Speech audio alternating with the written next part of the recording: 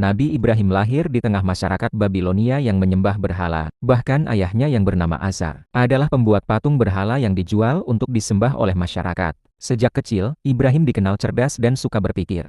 Ia sering melihat orang-orang membawa patung ke rumah, lalu memandikannya dan meletakkannya di altar. Kemudian memberi sesajen, bahkan memohon-mohon pada patung tersebut. Suatu hari, ia bertanya kepada ayahnya, Ayah, mengapa kita menyembah patung yang kita buat sendiri? Mereka kan gak bisa berbicara, makan, atau menolong kita jika bahaya datang. Namun sang ayah marah dan menyuruh Ibrahim diam. Dan dalam hatinya, Ibrahim tetap yakin.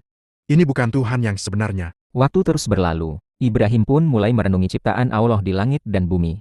Ia memandang langit yang luas, bintang-bintang yang bersinar, bulan yang berseri, dan matahari yang menyala terang. Suatu malam, ia melihat sebuah bintang yang sangat terang. Dalam renungannya ia berkata, Ini Tuhanku. tapi tak lama kemudian bintang itu menghilang.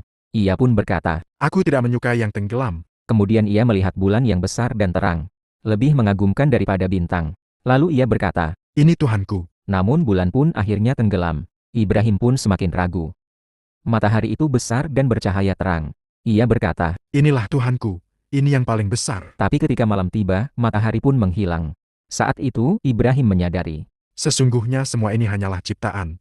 Tidak pantas dijadikan Tuhan. Tuhan yang sejati pasti kekal, tidak pernah tenggelam atau hilang. Ia pun menyatakan, Sesungguhnya aku menghadapkan wajahku kepada Tuhan yang menciptakan langit dan bumi dengan lurus, dan aku tidak termasuk orang-orang musyrik. setelah hatinya yakin bahwa Tuhan adalah Allah yang Maha Esa, Ibrahim pun mulai berdakwah secara terang-terangan.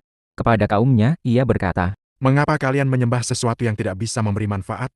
Tidakkah kalian berpikir, namun kaumnya tetap keras kepala. Bahkan ayahnya sendiri menyuruhnya berhenti dan mengancam akan mengusirnya. Untuk membuktikan kebodohan masyarakat, Ibrahim pun menyusun rencana. Suatu hari, saat seluruh penduduk kota pergi merayakan festival besar di luar kota, Ibrahim mendatangi kuil, tempat berhala-berhala disembah. Ia mendekati satu persatu patung-patung itu dan berkata, mengapa kalian tidak makan? Mengapa kalian tidak menjawab?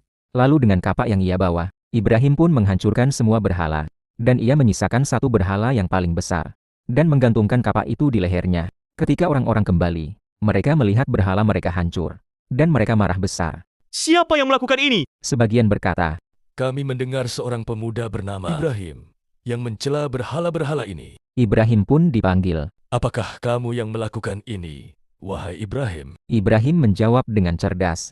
Coba tanya pada berhala besar itu, bukankah kapak ada padanya? Kalau dia bisa berbicara, tentu dia tahu siapa pelakunya.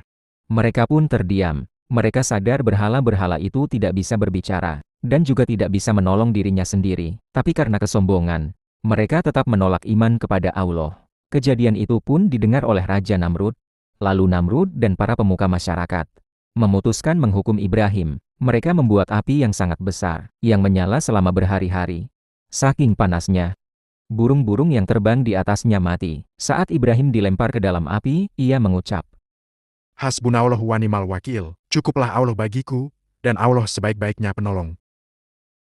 Api yang membara itu pun menjadi dingin, dan Ibrahim selamat tanpa luka sedikit pun. Dan Ibrahim pun menyatakan keimanan pada Allah.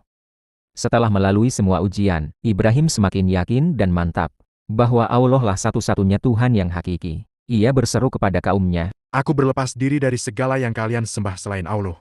Aku hanya menyembah Tuhan yang menciptakan aku, dan dialah yang akan memberi petunjuk kepadaku.